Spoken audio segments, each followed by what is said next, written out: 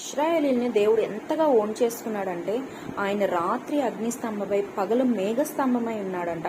ఆ మేఘం ఎప్పుడైతే నిలిచి ఉంటుందో అక్కడ వారు ఉండిపోయేవారు, ఎన్ని నెలలైనా ఎన్ని సంవత్సరాలైనా. అట్లనే మేఘం కదిలినప్పుడు వారు కూడా ప్రయాణమై సాగిపోయేవారంట. శత్రువులు దగ్గరలో పొంచి ఉంటే దేవుడు అక్కడ వారికి దూరంగా నిలిపివేసేవాడంట. యోధుల్ని దేవుడు తయారు చేసేవాడంట.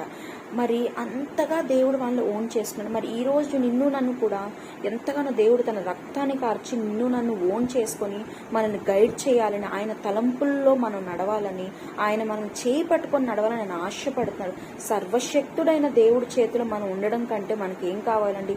నువ్వు ఎక్కడికి వెళ్ళాలి, ఎలా వెళ్ళాలి, ఎప్పుడు ఆగాలి, శత్రువులు ఎక్కడున్నారు, నీకు వచ్చే థ్రెట్ ఏంటి, ఇవన్నీ దేవుడు నీకు చెప్తూ నిన్ను నడిపిస్తే ఎంత గొప్ప భాగ్యమో కదా.